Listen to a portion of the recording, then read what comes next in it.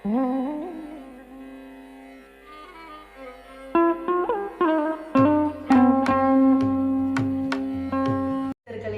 இருக்கக்கூடிய அனைத்து நல் உயிர்களுக்கும் சிவய நம.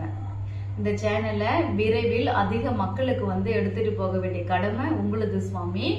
இன்னைக்கு என்னமா எங்களுக்கு சொல்றீங்க அப்படின்னா, ஆன்மீகத்துல நம்மள மாதிரி உயிர்கள் முன்னேறும் போது எது தடையா இருக்கு, நம்மளால ஏன் முன்னேற்றம் அடைய முடியல ஆன்மீகத்துல அப்படின்னா, நம்ம ஆன்மீகத்தை தெரிஞ்சுக்கிறோம், இறைவனை உணர்றோம், ஏதாவது ஒரு பாதையில வலுப்பெற்று நிக்கிறோம். ஆனாலும் தற்பெருமை நம்ம கிட்ட தற்பெருமை இருக்கு, நான் தான் பெரியவன் அப்படிங்கிற ஒரு குணம் இருக்கு, பொறாமை இருக்கு, ஒரு காரியம் செய்வதற்கு முன்னதாகவே அதை சொல்லிட்டு அதுக்கான பலனை எதிர்பார்க்கிறது, இந்த மாதிரியான விஷயங்கள் சுமந்து நிற்கக்கூடிய ஆன்மீகவாதிகளுக்கு எவ்வளோ பெரிய நம்ம சக்திகள் இருந்தாலும் நமக்கு என்ன ஆகும் அப்படின்னா, நம்ம ஒரு நிலையை அடைய முடியாது. அதனால பொறாமை கொண்ட பயிற்சியா இருப்பதை காட்டிலும் உங்களுடைய பயிற்சி பொறுமை மிக்க பயிற்சியாக இருக்கணும். பயிற்சின்னு சொல்றது பக்தியில நீங்க சுவாமி கும்பிடுறதா இருக்கலாம், தியானம் தவம் செய்வதா இருக்கலாம், அன்னதானம் செய்வதா இருக்கலாம், எதுவாக இருந்தாலும்